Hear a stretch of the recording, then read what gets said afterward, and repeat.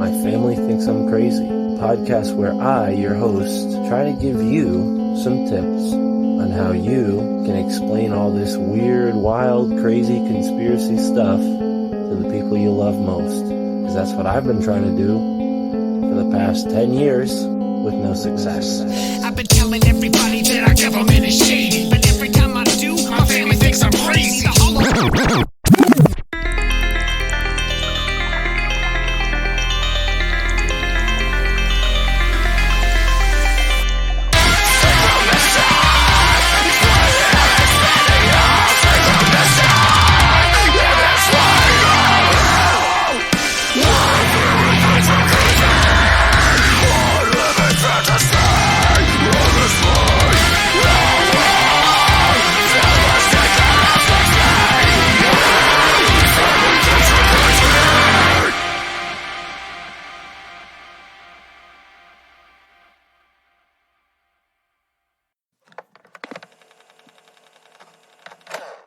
The entire arc of a yoga class, so started from seating, doing some breathing techniques, leading up to a standing sequence that's starting to get heated, leading down back into seated, stretching, and then into Shavasana. So that whole process does something physiologically.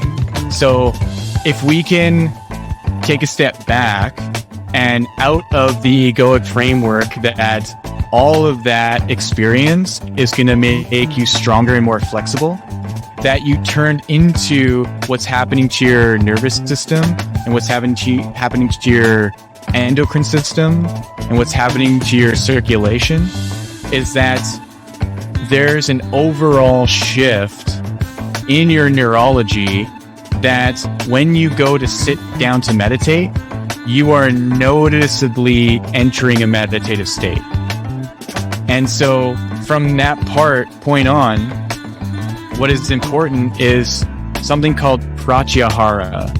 So what I find missing in the kind of mainstream yoga world is there's this hyper focus on handstands and back bends and crazy like shit that is like contortionist, right? I thought to myself, well, I'm just gonna not go to class and have a chill day, and because I'm not feeling well, I'm like super sore. I just want the day to just like recalibrate, and so I fell back asleep. And almost upon immediately falling asleep, I woke back up in my bed, but I didn't realize that I woke up into a dream because it was so lucid and so visceral.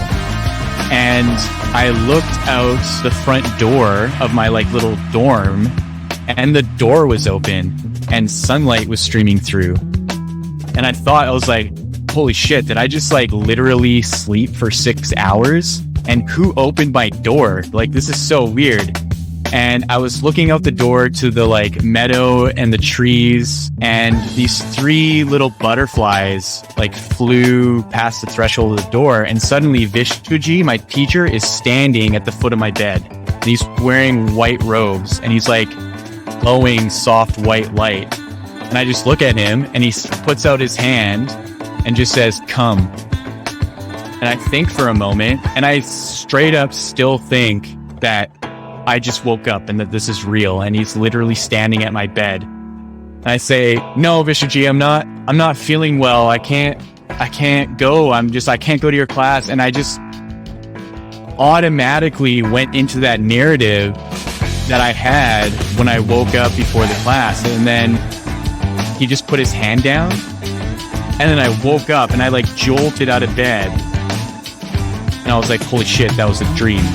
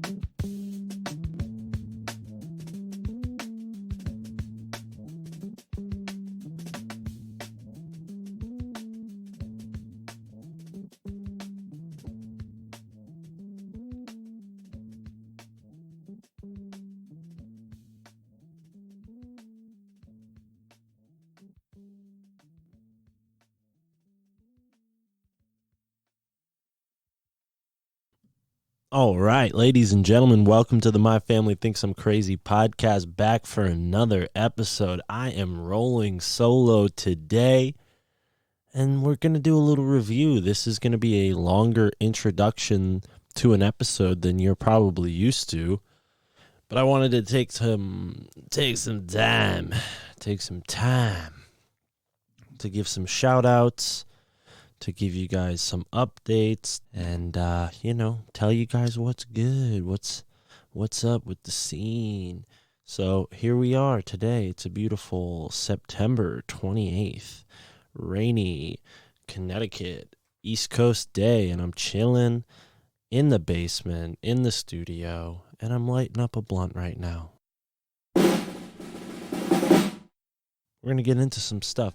So about a month ago, a guy named Isaac reached out to me, and he said, "Much love and respect to you, Mark. My name is Isaac, and I am a huge fan of MFTIC, Scene, Tinfoil, Zero, pretty much everything you and Sam are involved in." Thank you very much, Isaac. Love your view of synchronicities. You and Chance of Innerverse are my synchro gurus. I've been vibing hard in the realm of podcasts in the last year and love everything I hear. Feel the love of those I listen to and love the community. So look at that. Really great message. And he had some questions for me after that. But it was a moment like that where I said to myself, I'm a synchro guru, and so is this guy Chance. Who's Chance? Well, and while I'm at it, I just want to say the scene is cooking. We just put out a new episode with Charlie Robinson. It was great. Charlie got into his new book, Hypocrisy. Spoke with Charlie last night on the Union of the Unwanted. And that is also where I spoke to Yogi Zorananda, the guy who's going to be in this episode today that you're listening to right now. But anyways, back to my message over here. Oh, you know what? I emailed him from a different email. Either way, keep things moving over here. So, Isaac, thanks to you for the shout out and the tip off, letting me know who Chance was. I don't think I've heard of his show before, so it's cool to get a tip like that. And then I reached out to him, and it went well. We're going to do a show together. And that's what I encourage. I want people to reach out. That's why I wanted to read some of these messages, let people know that I am reading them. And if you do message me, I will read it. And maybe if it's interesting enough, I'll read it on the show. But if you're really brave, and I hope you are because there's no reason not to be, we have something called podinbox.com. All you have to do in the episode descriptions, just click on the link that says leave me a message. Or if you're very intrepid, go to podinbox.com/M, capital F, capital T, capital I, capital C. That's MFTIC, the acronym, which stands for My Family Thinks I'm Crazy, in capital letters. Be sure to put it in capital letters. You go to podinbox.com/MFTIC and leave me a message. Leave me a voice message. I've had this thing for 2 months. I've paid Podinbox $18 for the past 2 months. It's $9 a month, and I've got no messages. So I'm going to cancel it if I don't get any messages for the month of October. And folks, my birthday's coming up, so at the very least, if you feel so inclined, say, wish me a happy birthday. I don't know. That'd be a good use for this Podinbox thing. And if nobody sends me a message over Podinbox, then, probably have to cancel it for now. But either way, email is cool too, mfticpodcast@gmail.com. And someone else that, my man, Damien. So Damien says, hey, I'm a weirdo in the world. I'm a FedEx driver. Since basically the start of COVID, I don't have any credentials or anything. I'm just, a fella getting along to get on or what have you. I am genuinely just curious if I can have a back and forth with you. I'm hip to everything in the world. I listen to podcasts pretty much every day. I've been binging yours for the past 3 or 4 days. Thank you, Damien.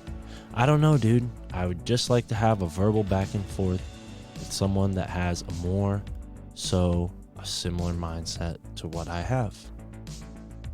Right on. Look at that, Damien. I am not opposed to that at all. I think you're more than welcome to join me on the My Family Thinks I'm Crazy podcast for a conversation. I definitely encourage people to reach out to me. I also think, if you want to be on the show, please tell me about yourself. Damien didn't do that here. But that's okay. He did email me a couple messages later and said, I was drunk when I sent that first message. No big deal. I thought that was funny. But either way, send me a message if you want to be on the show. Send me maybe a podcast you've been on before, your own podcast that you have. If you don't have a podcast, maybe tell me what your idea for a podcast would be if you were going to start one. Or if you're not interested in starting your own podcast, just tell me what you're an expert in, or tell me, what has happened to you, because I'm interested in meeting some people who have experienced some stuff and have some cool stories to tell. So if you have a really cool story to tell, go to podinbox.com/M, F, T, or click on the link in the episode description and leave us a message, and we will either play it, or if you don't want us to play it but you're too lazy to type something, just say at the end, hey, don't air this. Also, be sure if you're going to record a message for us, don't use your full name. I would recommend maybe using your first name and last initial, or a nickname. All of that's cool. I don't want to put anybody in that position. Got to turn my notifications off. Troy McLaughlin just reached out to me. He's going to be on Tinfoil Hat tomorrow. A little behind the scenes there. But either way, we had a really cool message from Damien. Thank you, Damien. Appreciate that, brother. Now let's go over to the next email here. Got a lot of emails from my friend Michael Wan. We got email from Corey Daniel. Let's see. Here's one. So Jonah Goldman. Jonah Goldman says, "Good morning. Just wondering if I can get your handbook for the apocalypse on Stitcher app, which is my go-to podcast app. I only see episode 2 through MFTIC." Well, the answer to that question is yes, we will put your handbook for the apocalypse on Stitcher. That is the show that is going to be on Michael Wan's Susquehanna Alchemy RSS feed, which I do host under my Transistor account, the same account that hosts the My Family Thinks I'm Crazy account. It hosts the Renegade Yogi podcast experience account, and it also is going to host the Matrix Memoirs, which is a new podcast hosted by my girlfriend Sarah. So be on the lookout for that. But either way, Michael Wan and I are working together. We're creating a new podcast called Your Handbook for the Apocalypse, but we're also releasing the archived YouTube videos from his Subscribestar and from his YouTube channel as audio on the podcast feed. So please go check that out. Type in Susquehanna Alchemy anywhere you can listen to podcasts. If your go-to app is Stitcher, I get it. I don't know why. If you like Stitcher, that's cool. I've never personally liked that app, but I will make sure that Stitcher has Susquehanna Alchemy on it as soon as I can. It's a little complicated compared to the other distribution services, but that's fine. We'll make it happen. I don't want anybody to be excluded.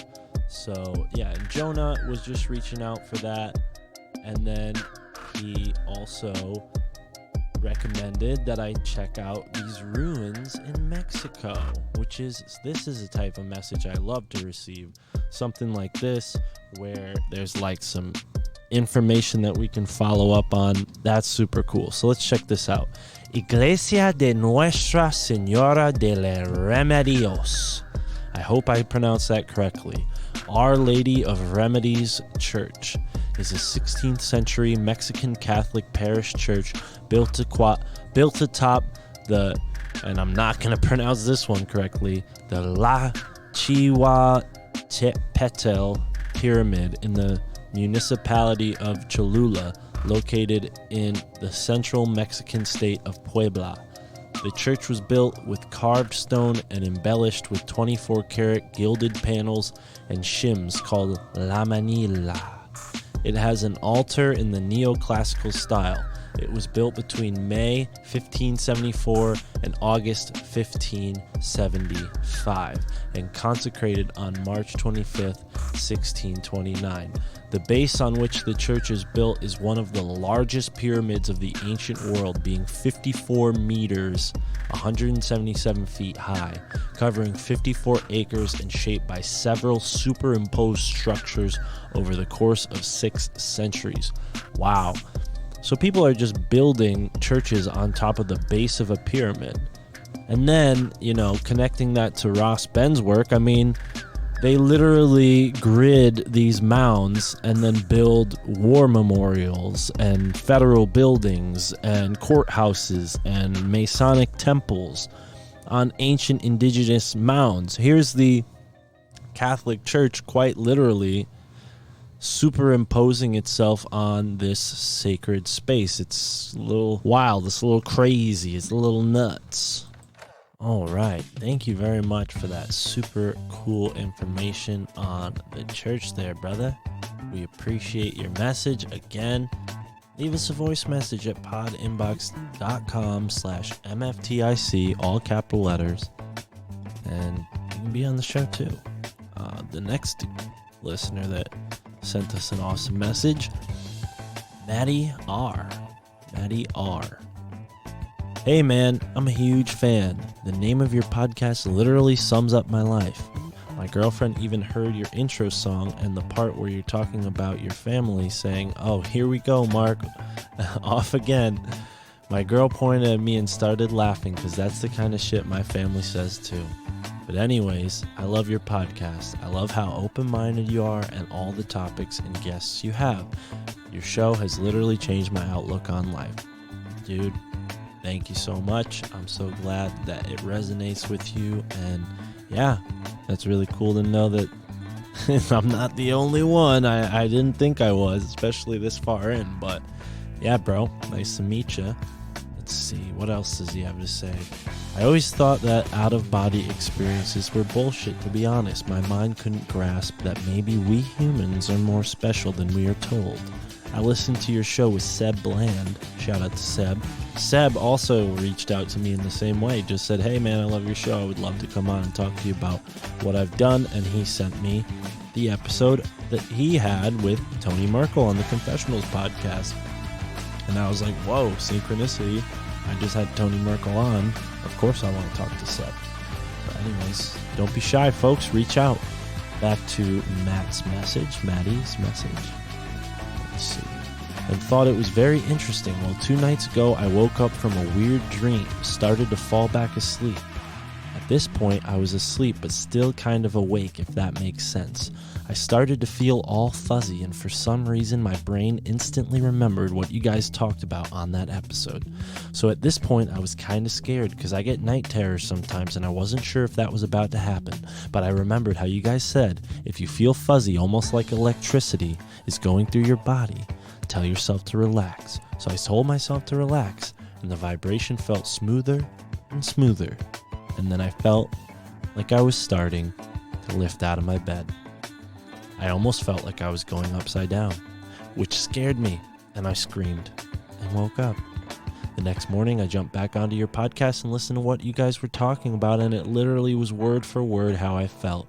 I was wondering if you had any other experiences since then. I know you said yours happened on your living room floor when you were at your grandparents' house or something like that, and you got scared too, and it woke you up. Not quite true. Have you had it happen since and been able to get scared?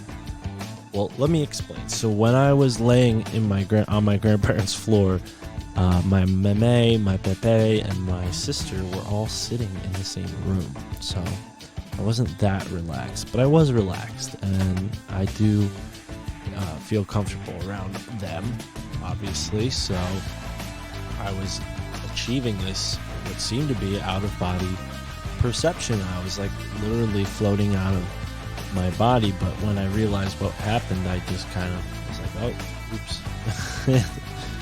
And then I fucked it up and it didn't happen. So I wouldn't say I was scared as much as I was just like curious. But I understand why you might have felt that way. I probably talked about this story a couple times. But yeah, it can be scary to go outside of your body for sure. Do I know any books or videos to recommend on out-of-body experiences? Yes, I do. The whole Robert Monroe Institute and their series of books written by Robert Monroe. That's a great place to start. Joe Roop and I talked about that when he was on the show, episode 40, I believe. There's plenty of books on it. I would say, just any mainstream bookstore will most likely have a couple. I mean, they call it lucid dreaming. Sometimes they call it Orionautics, but there's many different books on the topic. I'm sure you'll find it, but I would say Robert Monroe, the Monroe Institute, that seems like the best place to go for that kind of information. So anyways, thanks for the email, Matt. I appreciate that. Let's see. Do we have anybody else leaving us a message? All right, we're going to go over to the Instagram. A lot of people reach out to us on Instagram at My Family Thinks I'm Crazy, all one word on Instagram, no punctuation or anything like that. Evan D. Thanks for the follow. One of my favorite podcasts. I'm from CT as well. Shout out to Connecticut. I was on Zero with Sam too, talking DMT aliens. If you ever want to do something, hit me up, brother. And I was like, yeah, dude, I know, because I'm the guy who booked you on Zero, which is cool. I think he knew that too and was just assuming I didn't remember, but I wouldn't be the booker if I didn't remember everything, dude. I remember all the people I've booked. Sometimes I forget. There was one guy I did forget, but that's okay. We made it up. We had lunch. Either way. Evan D., shout out to you. Thank you for listening from Connecticut. Let's see who else reached out over the Instagram. Yes. All right. We got Petey Tingle. Petey Tingle says, what's up, buddy? Been listening to the podcast for a while now. Love the show. I'm glad a few months ago I found Tinfoil Hat. It has opened my mind up to so many things and different content that inspires me to be better, think better, and research new concepts and ideas. I came across your pod researching other conspiracy podcasts, and I like your approach to episodes with the thought-out questions you ask that people like me want to know about the guests. The main reason I'm contacting you is because my wife is about 6 months pregnant, and I'm opposed to the jab for my baby, but she wants more info about it. I was wondering if you knew any doctors like Andrew Wakefield or anyone else in the Northeast that can help inform more about the dangers for babies and the jab. I know in my heart it's wrong, but I also would like expert info backing up that instinct. Anyways, that's pretty much it. I'm a big fan. Keep doing your thing, and know you and Tripoli, among others, have really been a great influence. Well, thank you very much. I appreciate that, Petey. I also recommend Informed Consent. I think it's ICanDecide.org, and that's Del Bigtree, and that's a super important website. Obviously, the High Wire and Del Bigtree, big advocates for sanity with this whole issue and exposing these people for their crimes and giving you the truth about what is out there. And yeah, I'm saying jab and whatnot. I don't really care about censorship. This is a podcast, so we're RSS backed up. We're good. They can't censor us on the RSS feed. But still, I think a lot of people are just kind of over that whole conversation, and I'm disappointed to see that it's coming back more and more. But that's all right. The media's going to desperately rattle away at this as much as they can. But I saw the CEO of Pfizer on TV yesterday, as if that's supposed to help public relations. The guy talks and looks like a fucking vampire. But either way. Let's go to a message from my dude, Jay Sten. Jay Sten on Instagram. He says, "This is a bit out there, but you might enjoy this. I just heard your latest podcast today with Joe Roop. It was a very interesting episode about dreams and all that. But before I heard it or exactly knew what it was about, last night I had a dream.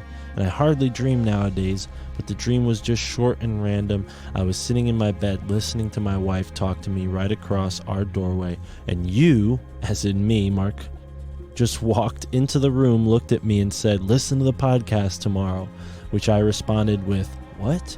Are you really here?' And my wife was looking at me crazy because she didn't see you there. Then you just said it again. 'Listen to the podcast tomorrow.' I then woke up and got to work, turned the episode on, and got super freaked out. Anyways, hope you enjoy this craziness from me.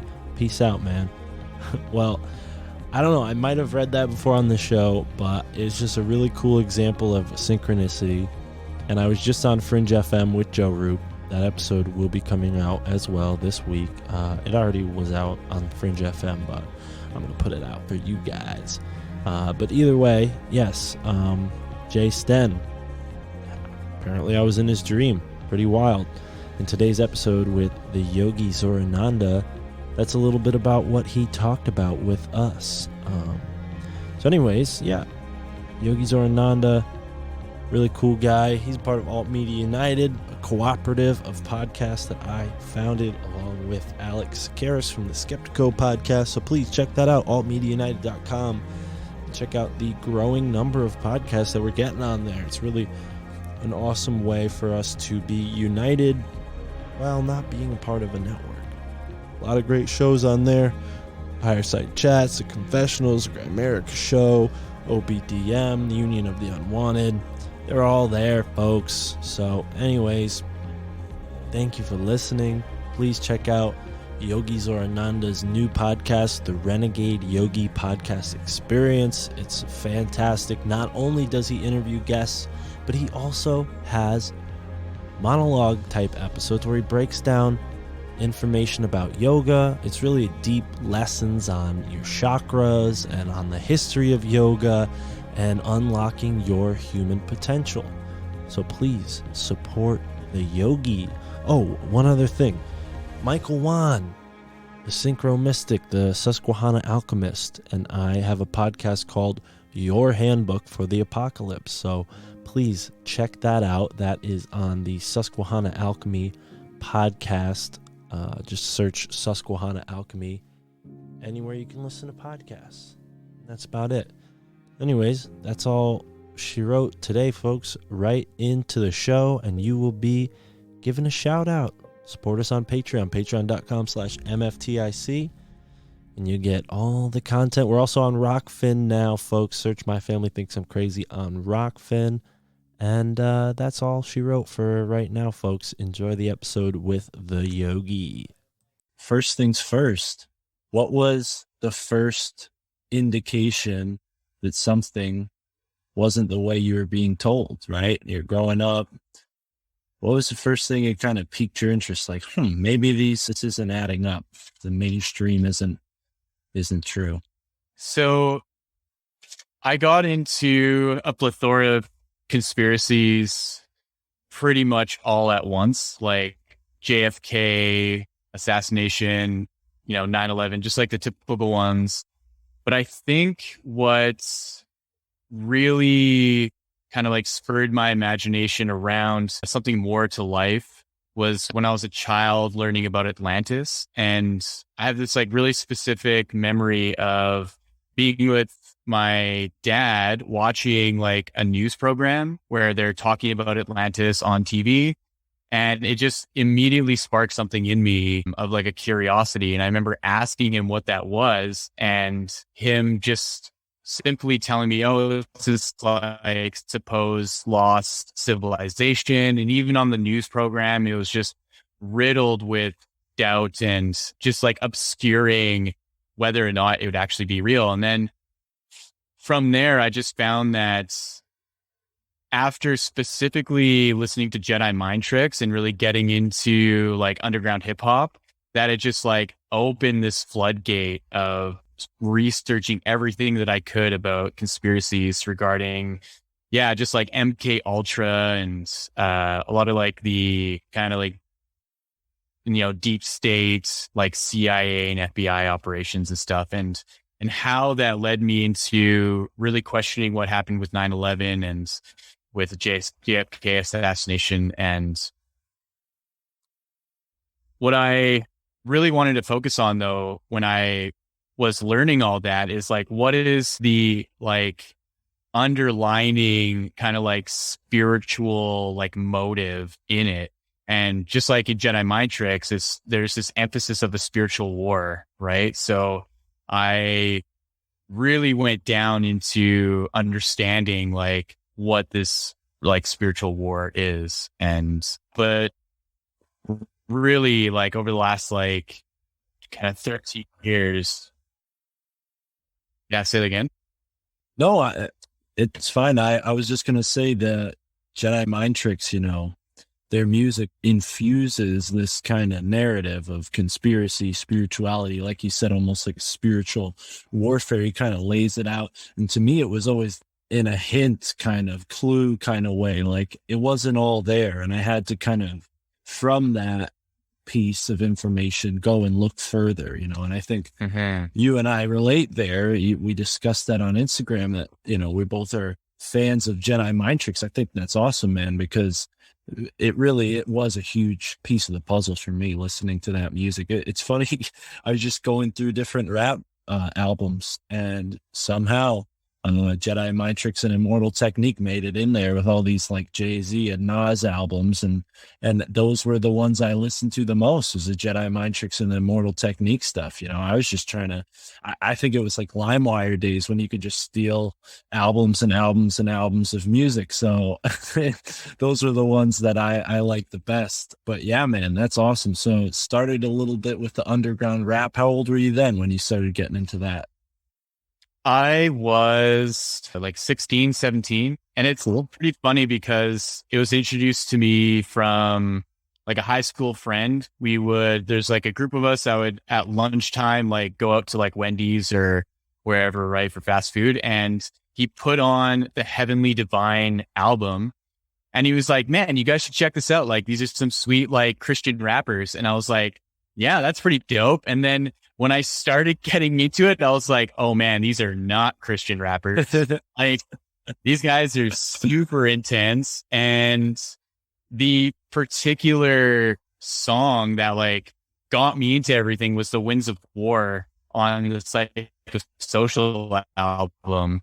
And I just remember the moment that like Vinny Paz says the Emerald Tablets of Thoth the Atlantean. Tablets, like Moses, the blackening of roses, then he threw the edges of the land, the Emerald Tablets of Thoth the Atlantean. That was it. And I remember just like immediately Googling it and then finding like the full like book online.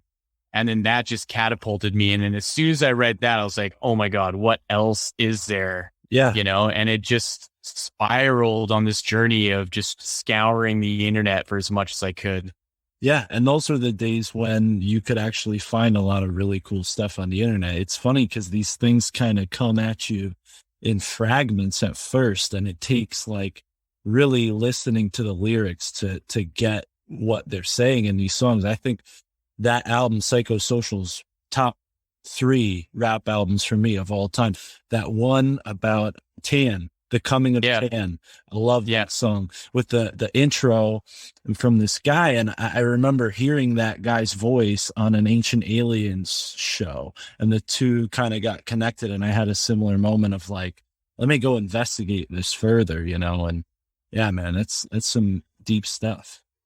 Yeah. So that guy is Riley Martin. And And so I like really investigated him and his story, and it inspired something really particular in me that put me on to this like journey of seeking to experience my higher self. Because, the whole story with Riley is that when he was a child, he was taken onto a spacecraft, and through like successive hypnosis sessions, he was able to actually unlock these memories of gone to the spacecraft and then uncovering this full working memory of like not only being on the spacecraft, but then flying throughout the cosmos, going to Saturn and like finding this little planet in the rings of Saturn and actually experiencing Tan, who is his higher self, and the whole like world that they live on. So I have a story, if you don't mind, I can get into right now about this. So I asked myself, could I do a hypnosis session with someone and meet my higher self? And so I started looking for local hypnotists, and I found one in particular named Padman Pillai. So I met this hypnotherapist named Padman Pillai, and I just simply told him that I wanted to do a past life regression because I wanted to learn something about my past life. And typically when he did past life regressions, you know, it's to heal something or to overcome something. But in my mind, I wanted to meet my higher self, and I didn't know what that was going to look like. I just, you know, firmly believed in myself that it was going to happen. So he puts me into the hypnosis, and the process was like closing my eyes, relaxing my body, seeing myself walk through this path and come up to a door, and the door would open and there'd be this like blinding white light. And as I stepped through into the white light, suddenly my whole experience changed, and I was what looked like a kind of medieval small town where the town center was a circle and it had a fountain in the middle and shops around the perimeter and then a road that led up to the castle. And I intimately knew who I was and what I was doing there. And it turned out that I was a guard for the king, and the king had let us all go, like me and our little like troop, because the church came in and took over the role of defending the kingdom.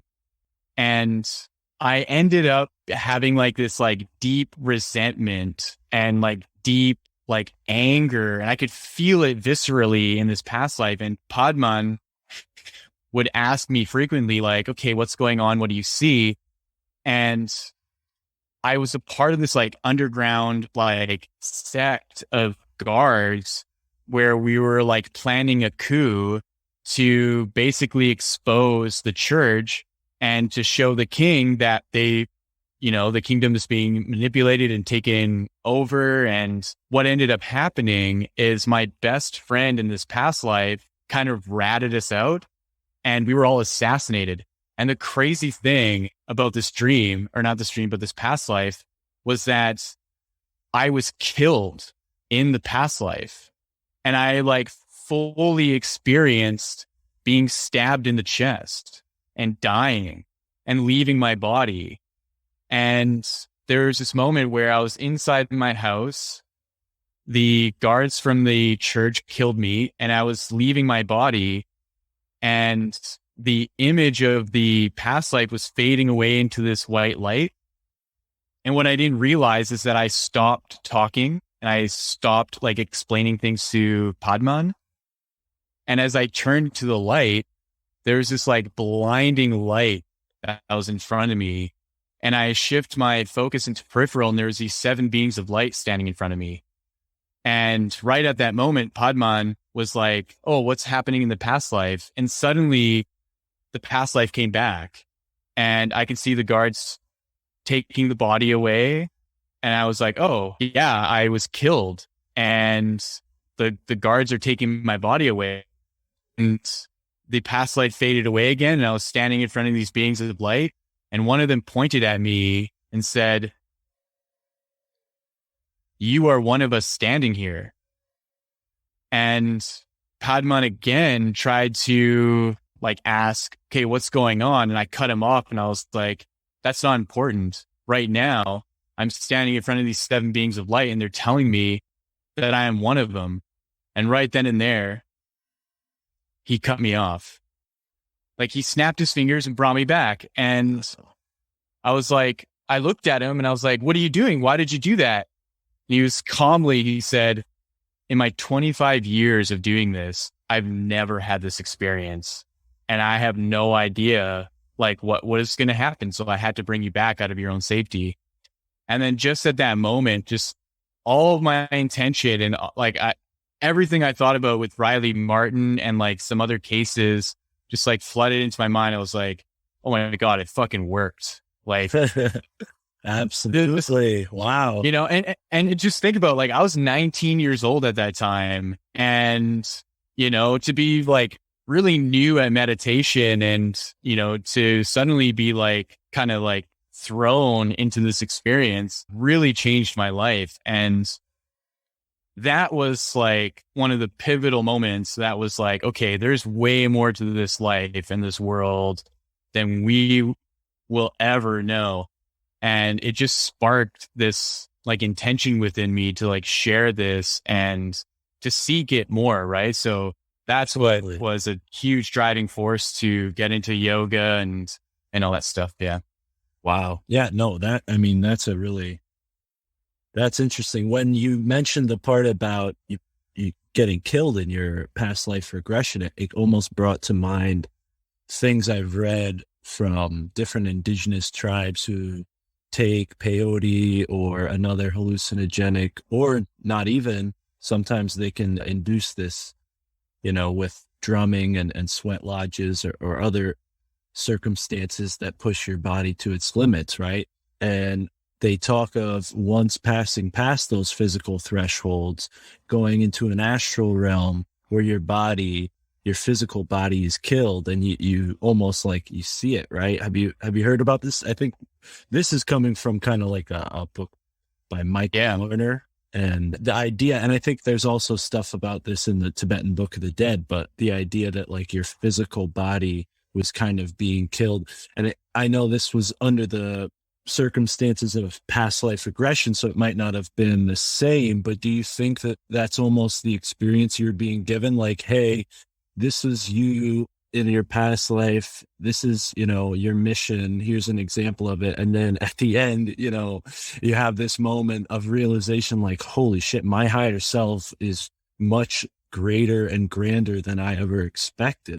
Yeah. Well, I think these experiences are like inadvertent catalysts, right? So whether or not the past life is actually a past life, I think the way that the intelligence of these like extra dimensional or multidimensional or higher dimensional beings is that they need some kind of medium outside of your kind of like concrete mundane world to interface with you. And so because I was planting the seeds in my consciousness of meeting what could be my kind of higher self, is that there were these initiations that were taking place leading up to it. So, you know, leading up to that experience, I was doing meditations, I was having kind of little profound experiences. And I was already used to doing some psychedelics like mushrooms, and, you know, I was smoking cannabis and really preparing myself in a way so that when I literally changed my like normal day-to-day reality of like meeting this random little like yogi elder like hypnotherapy guy to usher in this experience for me, that it was all almost like designed. And even though maybe my like physical mind couldn't really fully wrap itself around it, the hypnosis was a part of being able to kind of turn that off. So then I can have that experience of meeting my higher self through the past life. Yeah, absolutely. I mean, it sounds like to me like you went from, you know, neophyte to adept, and now you're reaching the stages of a hierophant, you know, like this kind of person who's passed on to the the third level where you're actually starting to help other people reach this adept stage, right? How do you feel about that? Do you think that this kind of progress that you've made is sort of your own unique experience, or do you think there's a sort of path that we all have that kind of reflects or is similar to what you've done? Yeah, I think it is a shared experience, and it will show up uniquely for each person, and the potency of it is going to be dependent on how much actual focus and energy you're putting into it. Where if your belief system around phenomenal experiences is kind of watered down in a sense, and it's naturally a little bit limited, then the vibrancy of that synchronicity is going to be toned down, and it's going to be manageable, so that, like sports that you watch or whatever these elements that you subscribe to aren't going to be so overtly challenged. Because I think when you have really high powered, like phenomenal experience, you question everything. You're like, why the hell do I watch like the NFL? Like, why do I watch mainstream media? Why do I care about politics? Why do I care about this? Why do I care about that? Because you're brought into such a potent other world where in that world, none of that exists. And even the beings in that world will be like, what the fuck are you doing with all that shit? Nah, man, absolutely. I mean, that's like the whole title of the show is like, I feel like I've kind of made this transition into another reality and left the people around me behind, so to speak, because, I'm interested in all these things, these books, these ideas, and you go to share it with the people you spend the most time with, and they're like, what are you talking about? That doesn't make sense. That's completely been my experience. I mean, I've never been one for sports, so maybe I was born for this, but I think that for the majority of people, once you have this kind of spiritual experience, you realize how attached to the material our culture is. Our culture revolves around materialism and, human feats of strength and these things that are all kind of really rooted in the material. Like intelligence only matters to people for as much as it can earn you or as much as you can produce material wise, like all these engineers and scientists and whatnot. But you've taken a very different path, and that's something we love on this podcast. That's kind of the idea behind this podcast, is to interview folks who've taken a different path in life rather than the one that society or school or your community set for you. So how did this, so the hypnotherapist, he really became somewhat of a mentor to you, it seems, or was this just a one-time experience? Did this start the path towards becoming a yogi? So that was just like a one-time thing with him. I did come back to him again several years later for a different experience with just working on some belief systems around money and finances. But after having that experience, I knew that everything that I was learning about meditation and like particularly around the chakras and like the energetics of things, that going on the internet wasn't enough. That it was time for me to start seeking out more of these kind of experiences. And I knew that yoga, out of all of them, was going to be a path that would show me the kind of enlightenment that I was seeking. Because at that time, that was like the big key word for me, was like, okay, I want to experience what enlightenment is. Because seeing those beings of light was obviously, I started just really investigating and investing my time in practicing more yoga, which unfurled more and more synchronicities of traveling to Thailand for a yoga school, meeting who my teacher is right now. That training and my teacher are really the things that really shape who I am as a yogi. So yeah, it was really amazing because in hypnosis with Padman, I got him to meet my teacher Vishwaji and really establish this like interconnection and synchronicity around what I did when I was 19 and what I was moving through in my path of yoga. Absolutely. So where was this school that you went to? So I did a 200-hour yoga teacher training here in Edmonton, where I'm from, in Alberta, Canada. And it was at a studio called Prana. And it was interesting because I did a 30-day yoga or a 30-day sunrise yoga challenge. And I saw this little like poster of this like super fucking flexible yogi with his feet literally in his stomach and like smiling and his hands up.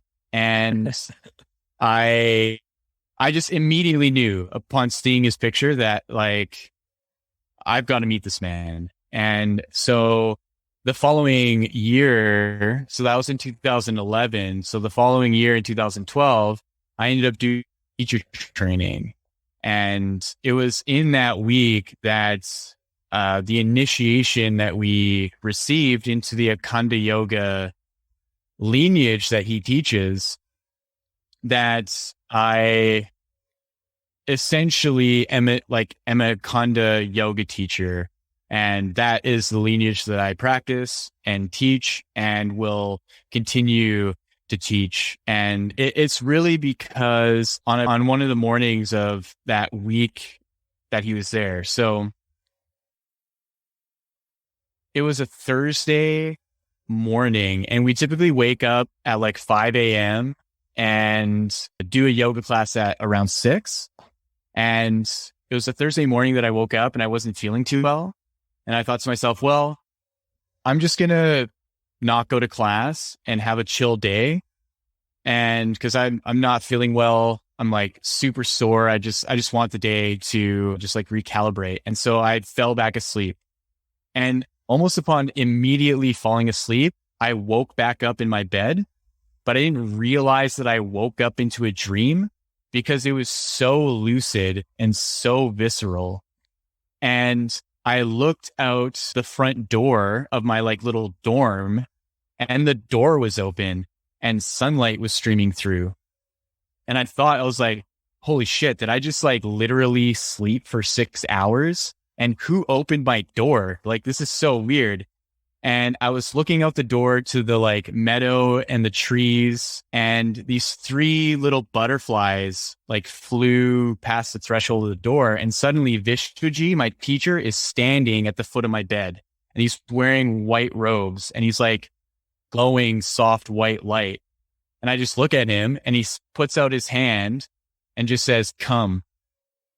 And I think for a moment, and I straight up still think that I just woke up and that this is real. And he's literally standing at my bed.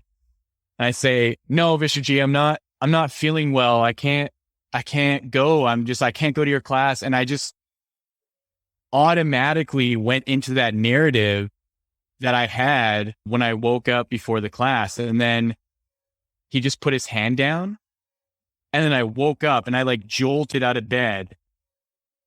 And I was like, holy shit, that was a dream. Like, the door was closed. It was like, I checked my clock. It was like 5 minutes to 6 a.m. And I'm like, wow, I just had a full on visceral lucid dream of my teacher, like coming to me and telling me to like go out into wherever, like, who knows. Right. And later on in that day, I like caught up to him as he was going to his dorm room. And I asked him, like, Vishwaji, I had this like really strange dream that you like came to me and like wanted me to come with you out into this like world. Like, did you do that? And he just laughed and was like, no, I just noticed you weren't in class and I was wondering how you were doing. I just was, hoping that you were well. And I was like, are you fucking kidding me? You just thought of me and were hoping that I was well. And it created this full on lucid dream of me seeing you. And it was that moment that I knew that like, this man is like legit powerful and that there's this connection. And ever since then, I've just, he's essentially been my guru or my teacher. And it's been really great learning from him. That's fantastic, man. And that's kind of why I asked, where this happened, because a lot of people get this misconception that you got to go, travel to some exotic place to have this kind of experience. And you'd be surprised at how many enlightened people you can find in your own, neighborhood or community or city or even state. But that's fantastic, man. So then you have a guru. What kind of propelled you? Because I know there was some synchronicities around us talking. Were you already, having this book in mind before you got on to doing podcasts, or how did this book emerge from the ether? Yeah. So in 2015, I actually started teaching the meditation in the book just out of my home. I was living in this like beautiful, like 3-story kind of historical home with 6 roommates. And we were all either yoga teachers or healers or, massage therapists. And I came up with this meditation just through my first like few years of like traveling and doing yoga and really committing to the practice and the philosophies, learning a lot about the chakras and the energetic systems. And so the first iteration of future life regression was really tied to the chakras and just exploring each chakra individually, exploring the psychology of each one and working it so that you would interface with this version of yourself in a particular chakra that embodied the like wholeness of that chakra. So say, for example, like your root chakra that has to do with like stability and security and family, ancestry. And so then I would do this guided meditation of overcoming an obstacle of like a vast canyon and having to build a bridge over the canyon. And on the other side is this future self of yours who's just radiating the strength and stability and grounding. And what I found over the like first couple of years of doing this is that I really needed like more structure. And so I ended up going to India in 2016 for the 300-hour teacher training with my teacher. And I was reading a book called The Kabbalah and the Power of Dreaming by Catherine Shainberg. And it was from reading her book and doing the teacher training that I was finally inspired to create a particular modality.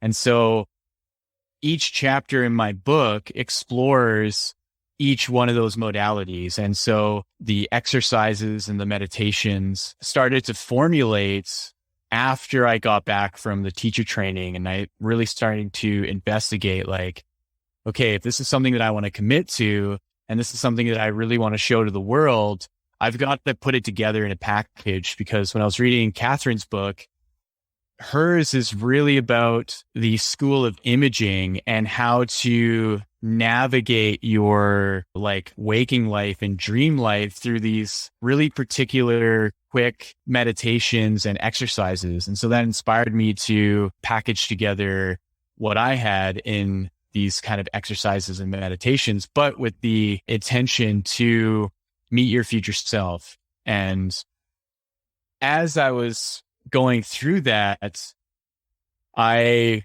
continue to evolve in my practice of, doing really powerful breath work, doing really powerful, lengthy meditations that what I uncovered is that the foundation of all this work was how to deeply connect into the heart, and in a way where there's this intelligence that streams through, and it plays a part in intuition.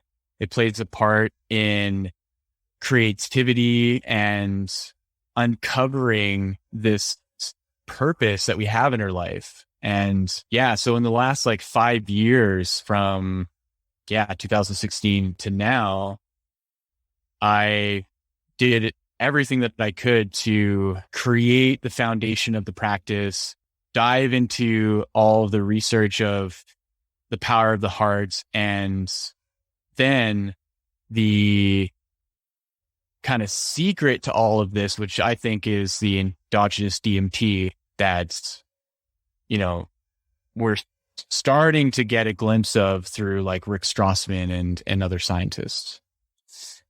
Yeah, absolutely. Now, that brings a lot of questions to mind. I'm going to put the questions on hold for a second because I think we're getting into some really interesting stuff. I want to bring up the name of the first chapter in the book. And I will say that the chapters are kind of like steps almost, right, through this process. So the book is a very practical book, I'll say, and you're very generous to send me the PDF. I shared it with Sam. I also shared it with the Talray here.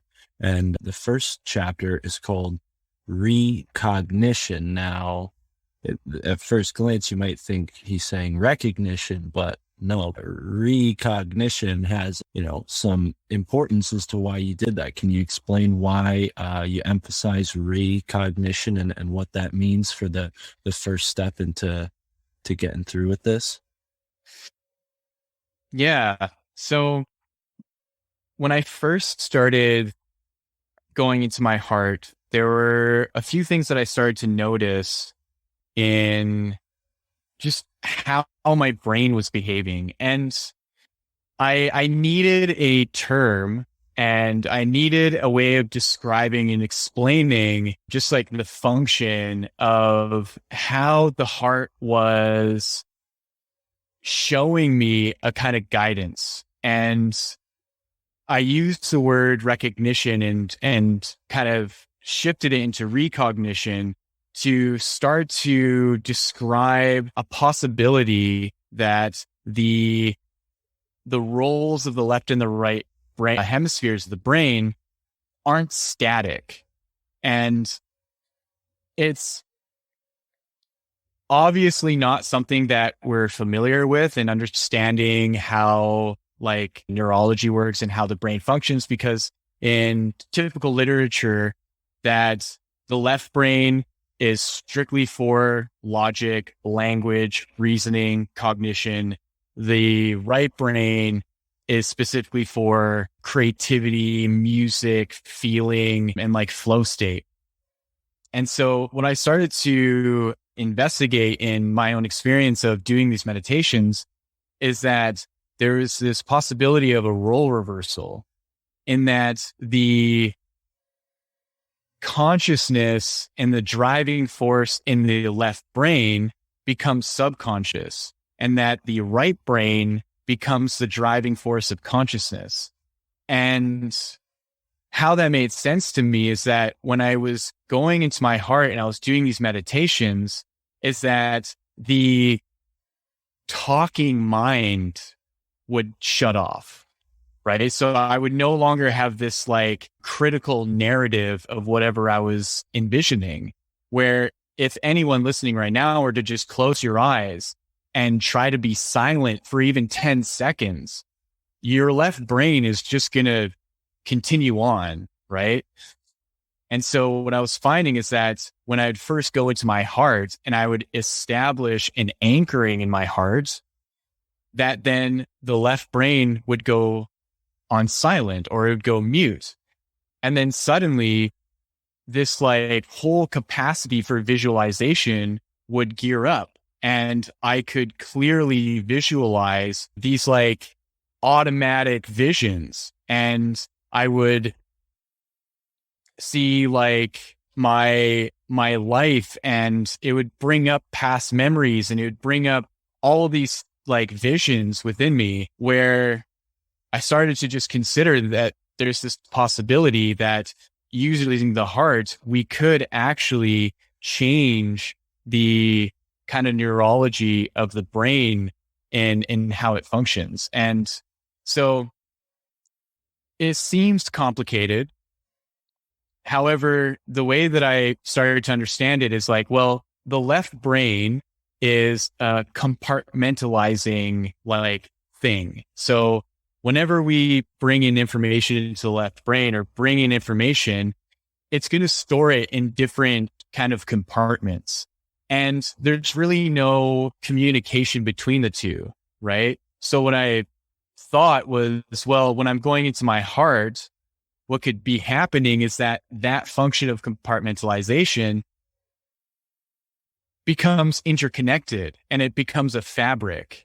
And so the images and all the information from the right brain can then be brought in to those compartments and streamed through.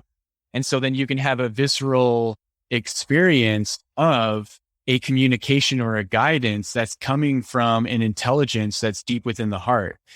And that became the foundation to how I actually do the guided meditations. And I've had people tell me the wildest things in the meditations where I had no control of what they're experiencing, but they had this like in real time unfolding of images into a kind of like a movie, and they were just kind of taken on this journey.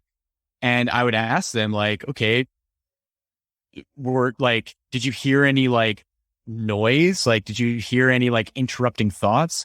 And every time it was a no. And so that to me was a good sign that I'm onto something here, and that it can be utilized in particular ways. And so one way is like the cord cutting exercise, right? And I set that up purposely to be the starting point to how you can make this shift in your hemispheres. And that way, the anchoring into your heart can be more and more established, and the overall journey of that like internal world can then be experienced unperturbed or unaffected by a random thought like, oh shit, did I feed my dog today?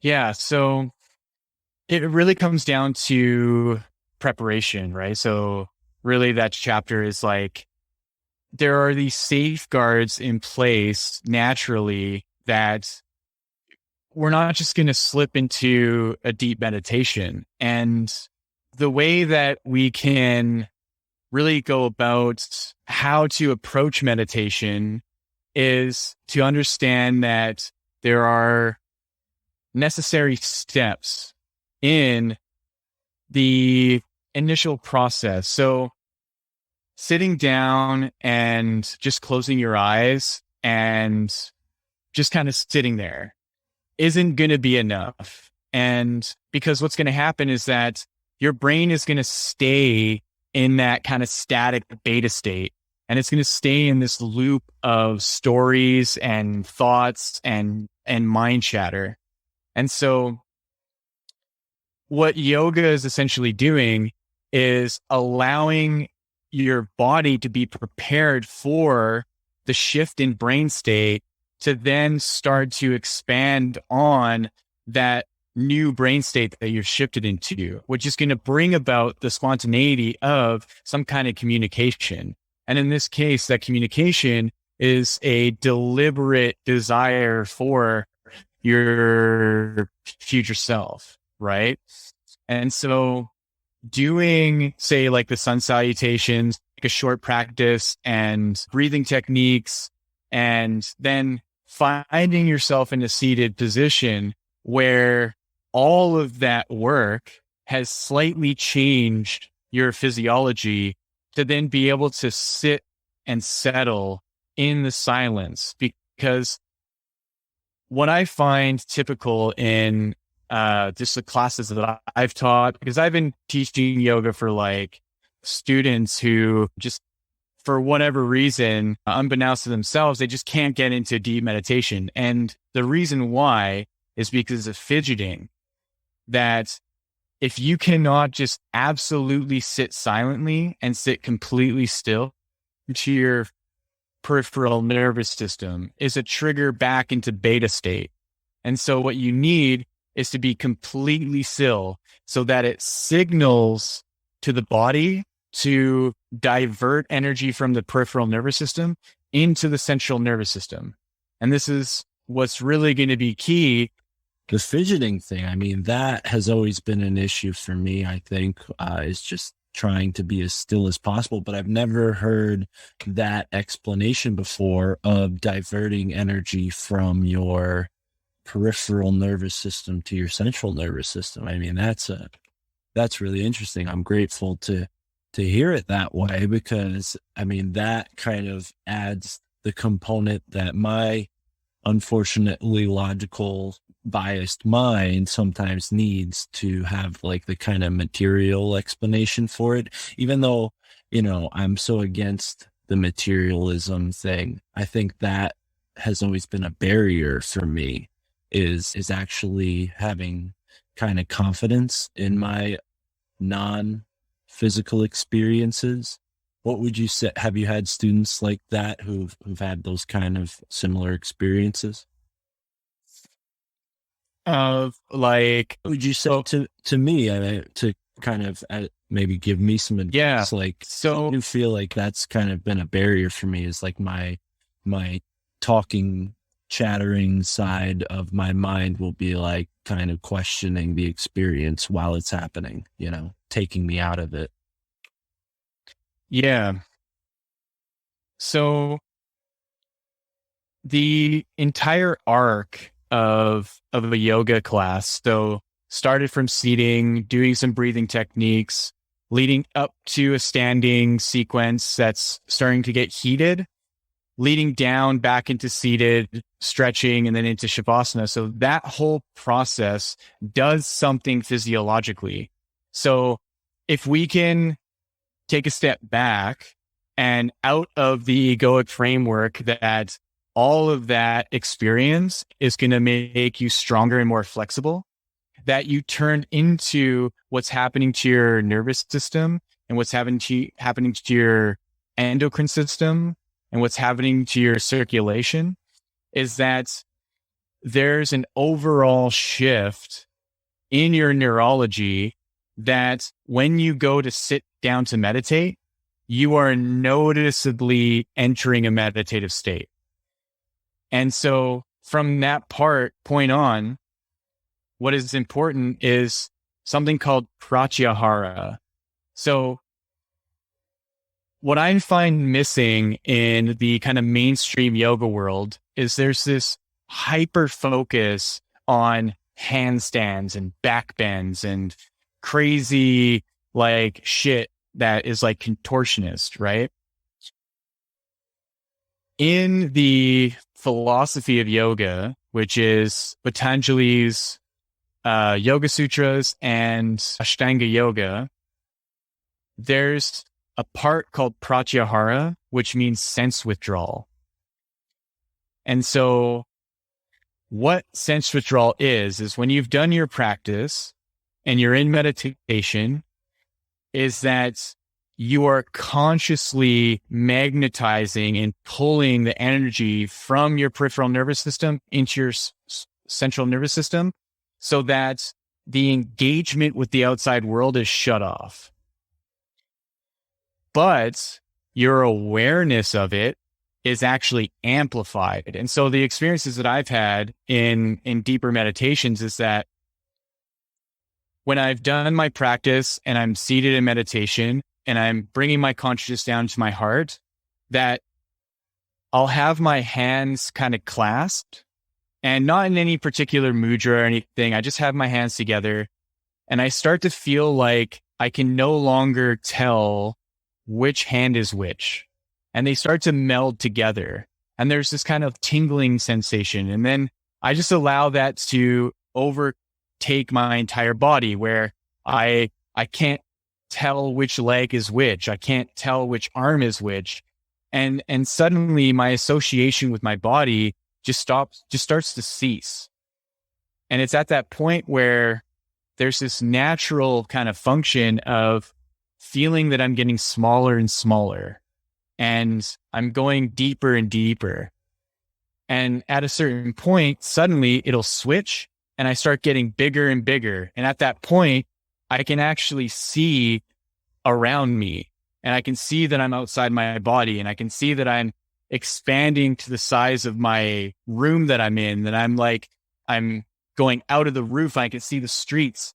And then it gets to the point where those two movements of going inwards, smaller and smaller, and then bigger and bigger, they flip in each other. And I can no longer tell the difference of going in smaller and out bigger. And there's just this totality of expansion.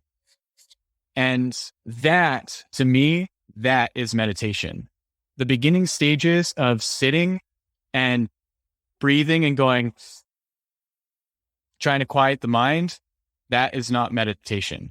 And so it's challenging to say that, because there's all this information on the benefits of meditation. So the benefits of, just sitting quietly and getting 10 minutes in of listening to some soothing music and coming out of it and being like, oh, wow, yeah, I feel much calmer.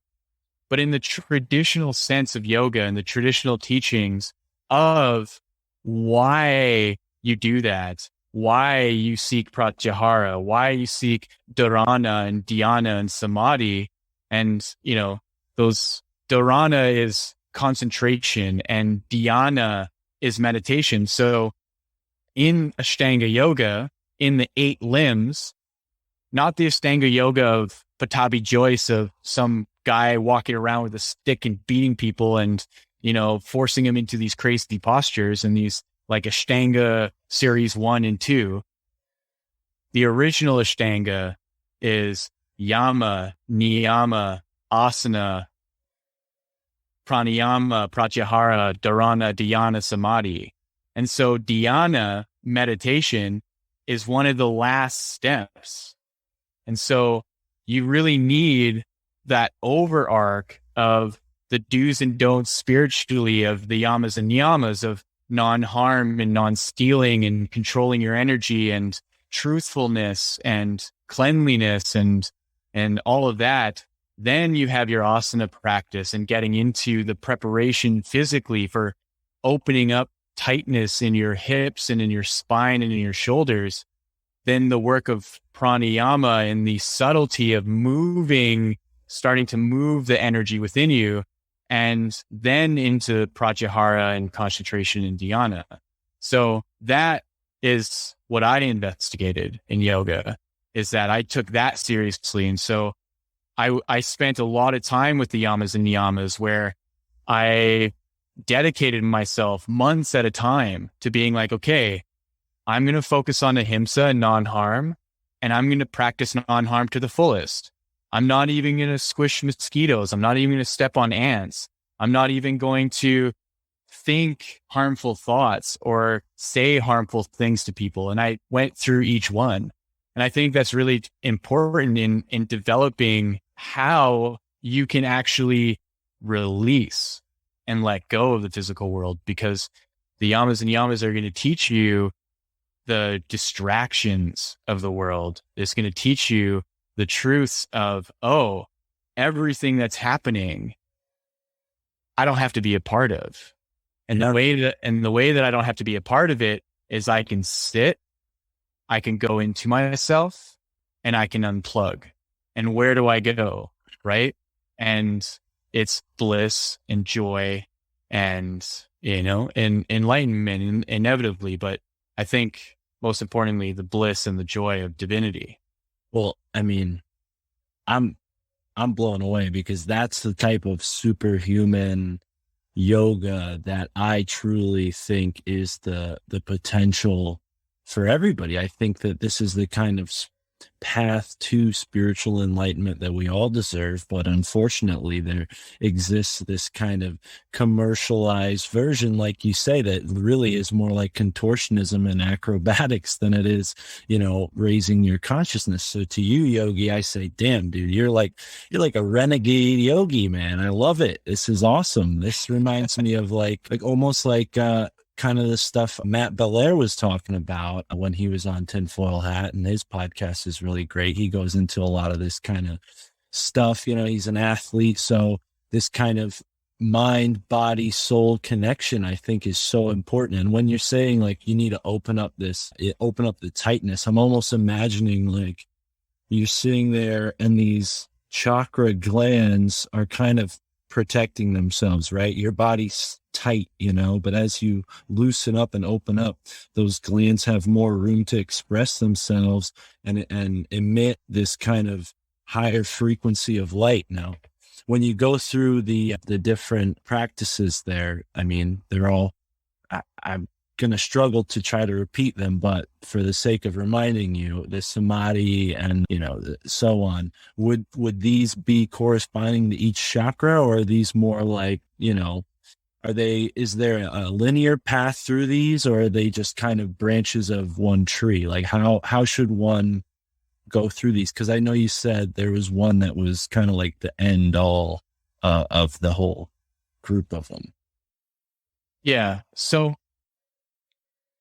one way to approach yoga is that it is an entire system of methodology, right? So you have a multitude of yoga practices, right? So you have Ashtanga yoga, like I was describing, which is a systematization of yoga that was developed by a particular person named Patanjali. And that was like 2000 plus years ago. And so when we think about the chakras actually come out of the tantric yoga methodology. And so what's important to understand is within all the different kinds of yogas, right? So you have like Hatha yoga, you have Raja yoga, you have Bhakti yoga, Kundalini yoga. And what I did personally is I investigated it all. And what is typical is that people will usually go into one, and basically that's their home base. You have something like Kundalini yoga, where you have the Yogi Bhajan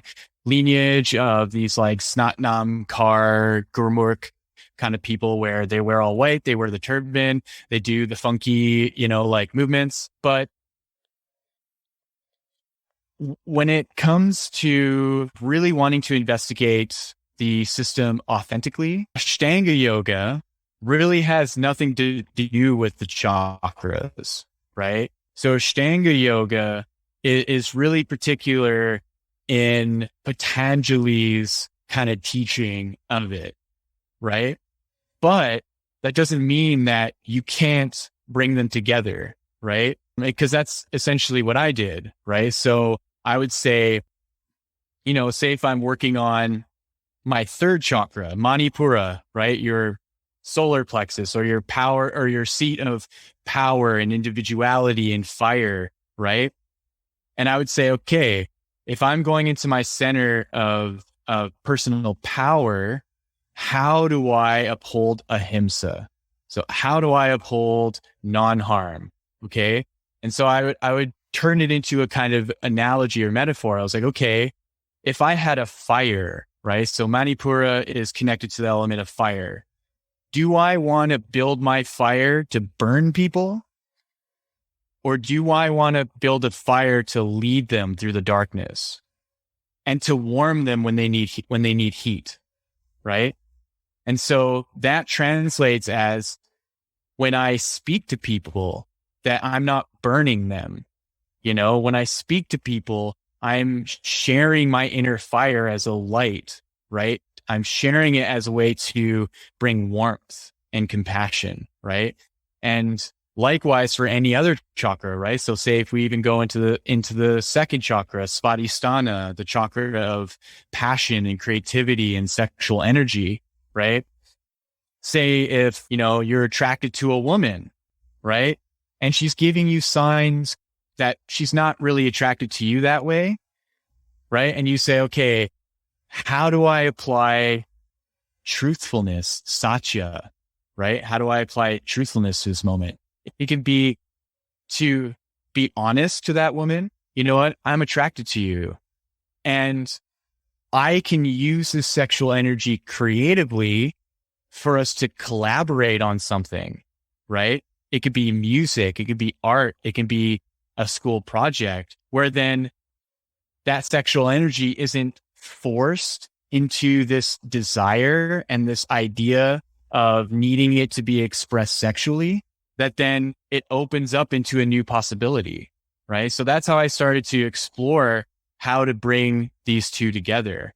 And it's really led me on a beautiful path, because I think when I really started to investigate it that way, it opened me up to new people. It opened me up to traveling the world and doing all these things, because I didn't stick to this rigidity of how I think I am supposed to act, like the way that society should, right? So yoga really helped with uncovering this like morality and this way of living that nothing really else in the world, you know, in any religion could have shown me.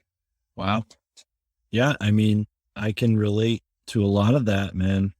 You know, your book is a great way of not only showing someone else the steps, but also highlighting how it's helped you get to this point. You know, it's a very personal kind of book. You share your experiences.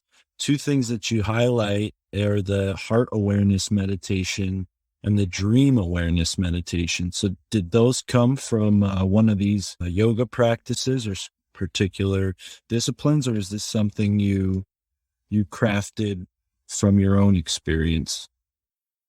Yeah, I definitely crafted it from my own experience, and also with the support of, you know, what I was learning on my journey. And how those two meditations came about was the realization that I can create my own meditation, right? I spent many years doing other people's meditations, and I spent many years studying other people's stuff.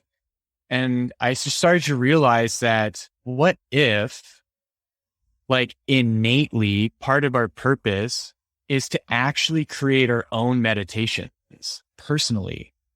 And that the way to a more global enlightenment of individuals is in empowerment for people to go into themselves through their own modalities. Because what I've written in that book isn't going to work for everyone, right? It's going to work for, I think, some more people who are more adept, or more people that I can talk to really flesh it out. So I think that what I feel my purpose is through this book is to encourage people to go into their heart. And you don't even have to do these meditations. Just simply going into your heart can uncover ways for healing that are going to be suitable for you, that I have no control over. And I think that's an important point, because it seems like we're really coming to a turning point on this whole like guru situation, right? Where there's a lot of spiritual leaders that are getting caught doing just heinous things to people. And this like trust around believing and following someone is really largely dwindling. And so what I started to realize is like, well, I don't want to be that way. I don't want to be seen and known as someone that's manipulating and taking advantage of people. So what can I do? And the answer that came was, well, teach self-mastery and point to the place where that self-mastery comes from, and that it's up to the individual to go as deep as they possibly can. And so that's what I did. And what came out of it was this book. And so I'm confident that more and more people can do that as well. And that doesn't necessarily mean people have to become yogis and, you know, do all these crazy meditations. It can be a baseball player that's like, I'm going to go into my heart and that is what uncovers how they can be even better at playing baseball, or a plumber or an electrician or an actor, like you name it, just so that people can be in their life and who they are without having to join some crazy fucking cult and cut off their hair and lose everything just for this person to like do whatever the fuck they want with them. You know, it's like, I don't want to be a part of that. You know, I just want to be like, hey, here's how you go into your heart. Have fun. Absolutely, man. I love it, man. I have one question that kind of came up, because the end of your book, the last chapter, is about kind of like microdosing, right? Microdosing your body. And I, as someone who smokes cannabis every day, I've always wondered, you know, is cannabis helping? Is it harming as far as the spiritual mind, body, soul connection? And I know there's certain sects or groups of people in Hinduism or India that practice, you know, different spiritual beliefs with cannabis. Is that something you've experienced through, you know, your interactions with yoga? Is cannabis utilized in any yoga practices, or do you think it's something that should be abstained from?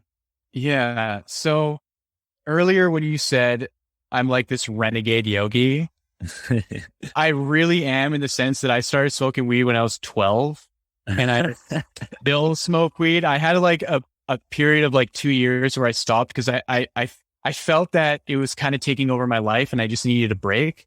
And I developed this new relationship where I can say no to it and it's okay. And I can spend like a couple weeks, you know, now I smoke maybe like once a week, and it's totally perfect for me. And I've had amazing meditative experiences with cannabis, like just mind blowing. Like there's 2 stories that come to mind that have really facilitated understanding like outer body experiences and really potent lucid dreaming and like self-induced past life regressions, you know? So like, I think it has its place, especially because we have a cannabinoid system, like nervous system in our brain, you know? So it's like, it's so easily integrated into our system. And what I just would recommend is having like periodic just cleansing periods where you're like, say for example, in Ashtanga yoga, in the niyamas, you have something called tapas, which is like burning of karma. That's what it's kind of translated as, or like willpower. So you can be like, I'm going to have a tapas where for a week, I'm not going to smoke weed. And what you might find is that in that period of having your body come back to like a homeostasis with your endocrine system and your hormones, that when you smoke weed again, you have this heightened sensitivity and suddenly you're like, it just amplifies your experience of it, right? Because I find with smoking weed on a daily basis, suddenly like you'll be like, oh, I need to smoke more. I need to smoke more. I need to smoke more. Where that like time away for it, suddenly you smoke like half as much and you're super high, but it's different and you're more sensitive to things. And I found that early on in my use of cannabis, through my research with what it does to the body, is that I developed an intention for spirituality with it. And so it really helped facilitate having really profound meditation. That's it. That's exactly, I mean, you put it really well. I've always said it kind of wiped the slate clean and allowed my spiritual intuition to start guiding me. Because for the longest time, I had this kind of reactive kind of philosophy, because I had been raised with a Roman Catholic kind of only go to church on Sunday kind of religion in my family. And it just made me feel like, oh, well, this is all lies and there's no truth in this. So atheism must be the truth. And then when I, smoked weed, not only did it kind of wipe that out of even being possible within the realms of possibility, not a chance anymore. But at that point, it was really shocking. I had this experience. Not only did the world tell me like, oh, this plant's bad for you, it's illegal, all this stuff, it was proven wrong immediately, but it put me in touch with, I think, my higher self. But I'm curious to know if there's a sort of, there's a practice within yoga that takes that into account, or like, is there a meditation that you've learned about that you can use while smoking, or any like groups of yogis who, use cannabis more than others? Because I know there's like some footage of like these guys, they're all ash, they have ash all over them, and they're like, oh yeah, they smoke all the time, but they're not really asking any good questions, and they're just kind of treating them like a freak show. Yeah, so those are the Agori yogis. Yeah, got it. And they see their path to alignment through extreme, right? So like eating the ash of dead people and carrying around a skull of their relative and like covering themselves with this ash and like eating their feces and like doing crazy things. But the thing is like that extreme is like so perturbed that, yeah, like the documentaries just don't really do it justice. But to just go into your original question about yoga and cannabis, that typically yoga is cleansing. So you don't want to really be smoking, which is obviously contradictory to what I said, because I smoke cannabis and, I'm a yogi. However, I see the use of cannabis through the lens of Tantra, which allows me to enjoy something that can be paired with the practice, and that will allow me to open up at a time where I may not be able to open up just without it. Because I find that when I do smoke weed and I sit down to like stretch and get into my body and go into the feeling of everything, I just found that there's this like permission slip to go deeper, where typically in a yoga class at the beginning of it, it's quite arduous and it's quite taxing, and you kind of have to just like endure through it until finally you hit a point where your endorphins are flooding in and suddenly it feels good. And when you get to Shavasana, you're just like, oh, and you just kind of lay down and all that ease comes in. Where if you smoke a little bit of cannabis, you're like almost immediately right into those endorphins, and you're right into that like, oh, feeling like, wow, this feels great. And your body is just more receptive to opening up. And it can be done even just simply like where like just being seated on the ground with your legs straight forward and folding forward. And if you can't quite touch your toes, bend into your knees a little bit and, have a space between the floor and your knees, and you just allow yourself to breathe. And you'll find that there's this like encouragement with the cannabis. The cannabis is like, yeah, do this more. Yeah, this is great. Okay, now do another posture. Where I find sometimes in the morning when I go to do my practice, my mind is like, I don't want to do this. Oh, I'm so stiff. Oh, I'm so sore. Right. So that's where I think cannabis can actually be a great facilitator in really opening and really accepting just the experience of the practice. Yeah, I've always, thought of this offhand. Like I really experience a sort of rewiring effect. Like a lot of the things that would be hang-ups to most people or were hang-ups to me previously, I found joy and like a new inspiration to kind of tackle these problems after, being high. And I've always tried to be an advocate for it, because I never thought once that it was true that cannabis makes you stupid or any of the other stigmas that they put on it.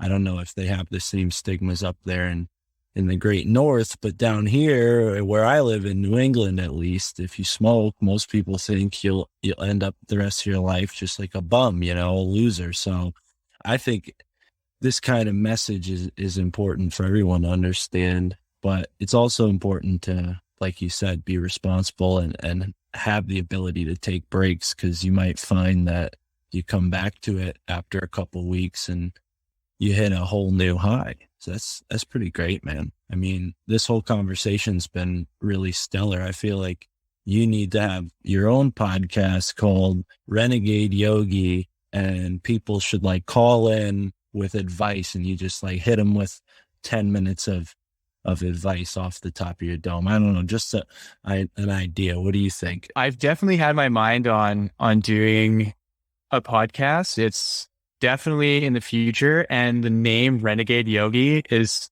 awesome. Like, that's the thing I've been struggling with. I have like a few names I've gone, I'm like, I don't like that, but perfect. Yeah, for sure. Yeah. Definitely going to be the name of this episode, at least. So maybe that'll put the name out there in the ether, and people will hear it and be like, oh, Renegade Yogi, let me search that. Is that a podcast yet? But yeah. This has been a great conversation, man. I'm really inspired. You got something to add to that before we close out here? I really do believe that, you know, the growth of yoga in our world, and how over the last just like 100 years, how it's just exploded, that it's not going anywhere. You know, there's no way that it's going to be stopped. And I really do feel that there's another like strong wave of yoga that's going to be coming out that really helps facilitate people into understanding that it's not demonic. It's not going to like open you up to, you know, possession and stuff like that. It's very much aligned to divinity. And the openness that's happening is an openness into a deeper part of yourself that the demonic and negativity can't touch. That you actually like create this boundary and this field of protectiveness that, you know, it's going to become more and more evident. That's what I feel like really my purpose is in really being able to elaborate that, how it's, you know, shaped my life, and how, you know, I don't have these weird voices of possession and these weird ideas of manipulation that's coming through. Like, you know, I'm going to try to use my book and use these things to start a cult. Like, it's really all nonsense. And well, I'll tell you what, I agree with that 100%. And that's actually one of the reasons why I wanted to have you on in particular. Cause, you know, this show, I'm open to every single opinion. I'm never gonna say like, oh no, we don't support that. But, you know, unless it's hateful in any way. But, you know, past guest was talking to me, and he comes from a very Christian perspective. And I know other folks like him, so I don't want to single him out. But there's this idea that there is this kind of demonic thing, and that, you know, Christianity is the only way and everything else is demonic. And I've always thought that was kind of a little extreme, to say the least, you know, to be polite. But I will say that let's not forget, Christ disappeared for how many years? Where did he go? He went to India, he went to China, and he came back with all these spiritual insights. Well, I mean, maybe he learned a couple things from the Hindu and the Buddhists and the Taoists that were in Asia at that time. For, you know, thousands of years, this kind of stream of consciousness has existed. And I'm one who's more particular to the whole, you know, forgotten history kind of theory, where our civilization, like you said, like we started with Atlantis, like we're all fragmented, like this Tower of Babel type thing, where we all have the same kind of original culture, but it's been lost because we've all evolved through these separate, you know, divided cultures, divided by geography. But now we're all coming back together. And I think that all religions, ultimately, all spiritual faiths that aren't dogmatic and aren't political or aren't manipulative by some cult leader, are ultimately leading you to that same truth, right? And there are going to be people who come around and use yoga for evil purposes, just like there are preachers who use the Bible for evil purposes. I mean, it doesn't take, you find a church in my town where they're taking half the money and putting it in the preacher or the father's pocket instead of putting it back in the community. I mean, there's a huge mega church in my town that is doing just that, I think. But that you can throw that kind of accusation at any spiritual whatever, because ultimately power comes from this kind of thing, right? And when you really learn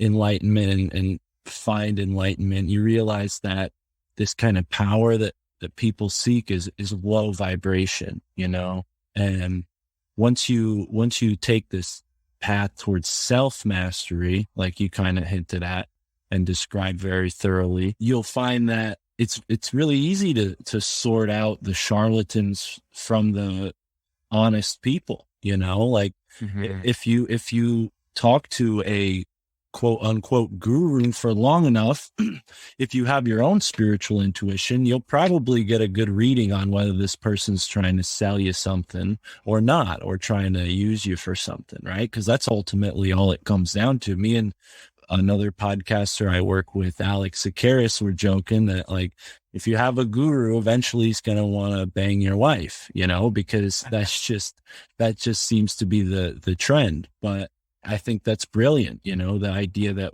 we need to be teaching people self-mastery, because what is a guru? It's just someone who has put a lot of dedication into this, but they're not any different than you or I. They were born the same way, they were a baby. They learned to stand and walk and all the things. So there's no different. There's no like people who are born great, maybe besides Bruce Lee. But I would say that, these type of things are very attainable for people. And it doesn't really matter how you find the path, because ultimately all of these paths lead to the same truth. Yeah. And I definitely listened to the podcast with the fellow that you're talking about. And I loved it because of how much I disagreed with it and like how much I was like, oh man, I would love to be in a conversation or like a debate with him and like just really flesh it out, and not in a way of like proving right or wrong,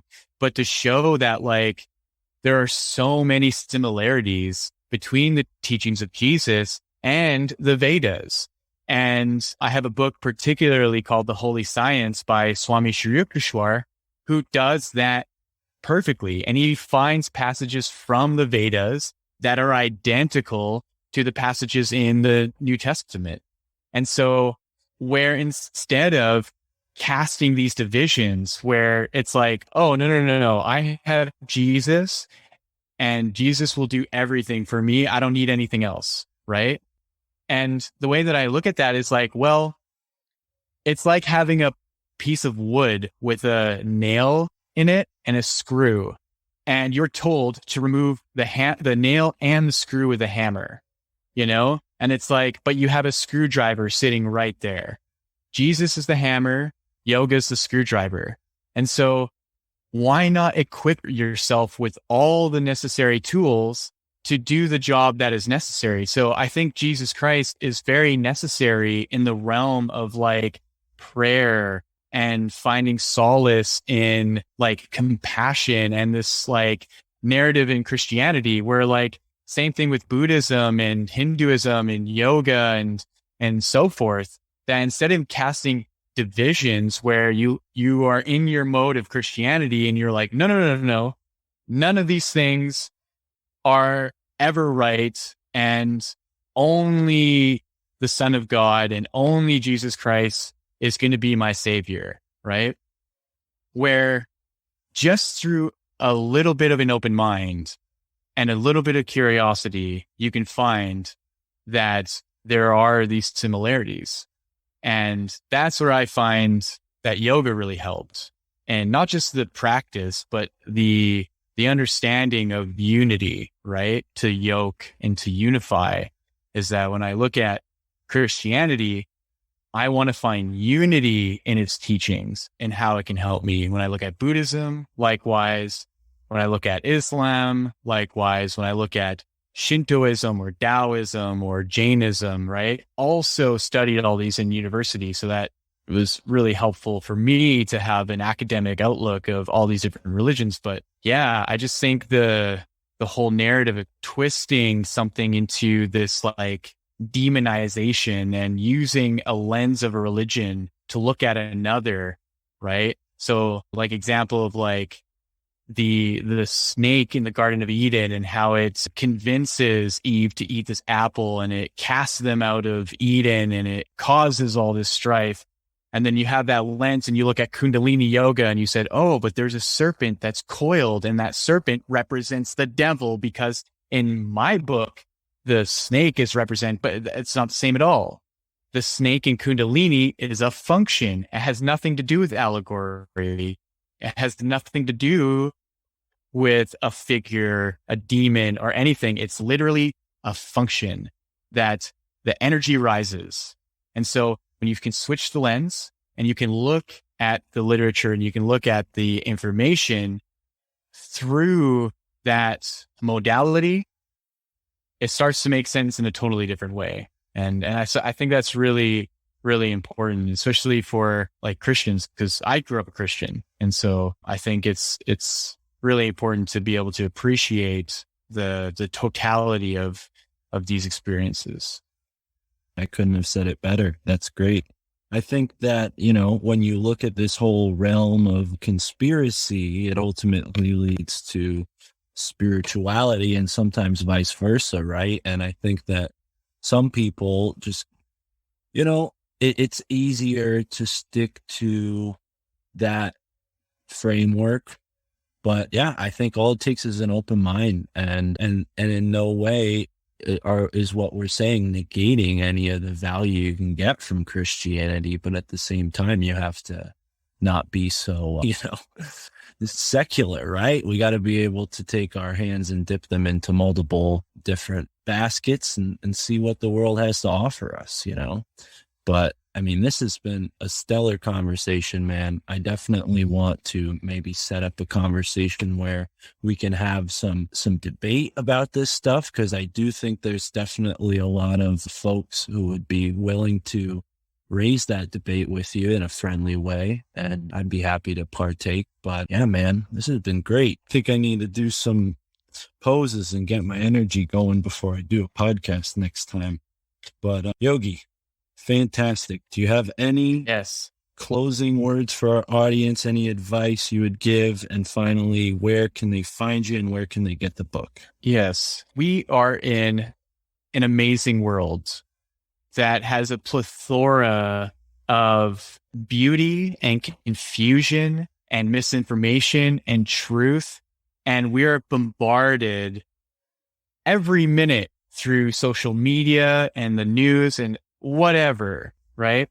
And what is so helpful is the moment that you can just literally and simply close your eyes and feel your breath and know that whatever happens in the world, you cannot be in control.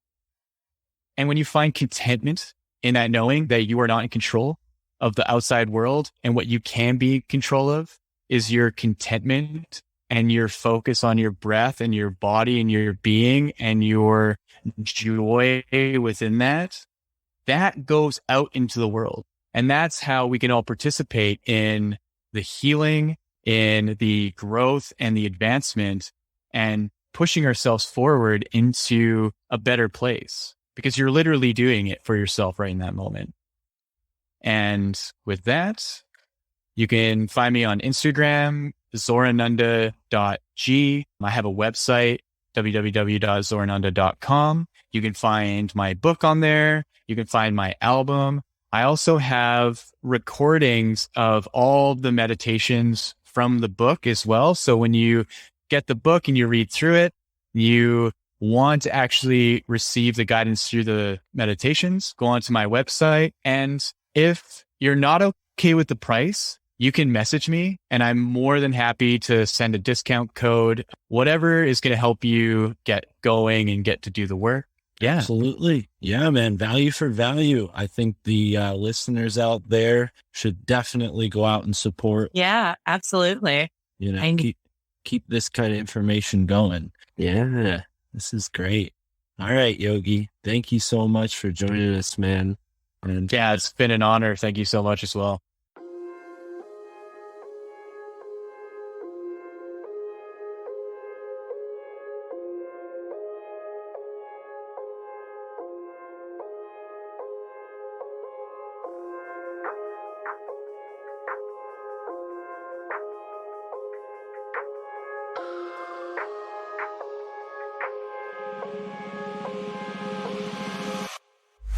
all right, thank you for listening to that episode of the My Family Thinks I'm Crazy podcast. We released that a while ago, and then for whatever reason it got deleted. I decided to republish it because my friend Yogi Zorananda has a brand new podcast called the Renegade Yogi Podcast Experience, which we named together in this episode. And he was with me on Wanted this past Monday, so I thought let's put it all together. And then when I went to upload the file, I realized, wow, this is too big. So since you're done listening to this episode, go subscribe to Renegade Yogi Podcast Experience and check that out. And also be up to date with the Union of the Unwanted. Check out the newest episode of the Union of the Unwanted. We had a really awesome roundtable discussion about spirituality. So many people were there. Marty Leeds, John Paul Rice, Graham Dunlop was there. Cheney from the Project Cheney podcast, Lindsay Sharman was there, Catherine O'Shea was there, Bob Nickman, all the usual co-hosts of the Union of the Unwanted were there. It was a really awesome episode. So many more people were there. Matt Belair was there. Dan Shumke from Cosmic Keys podcast was there. Who else? Alex Sakaris was there. How can I forget him? So please check out the Union of the Unwanted. Michael Wan, Jenny Rivers, and myself were all there. And speaking of which, check out Your Handbook for the Apocalypse, a new podcast with Michael Wan and yours truly. Thanks for listening.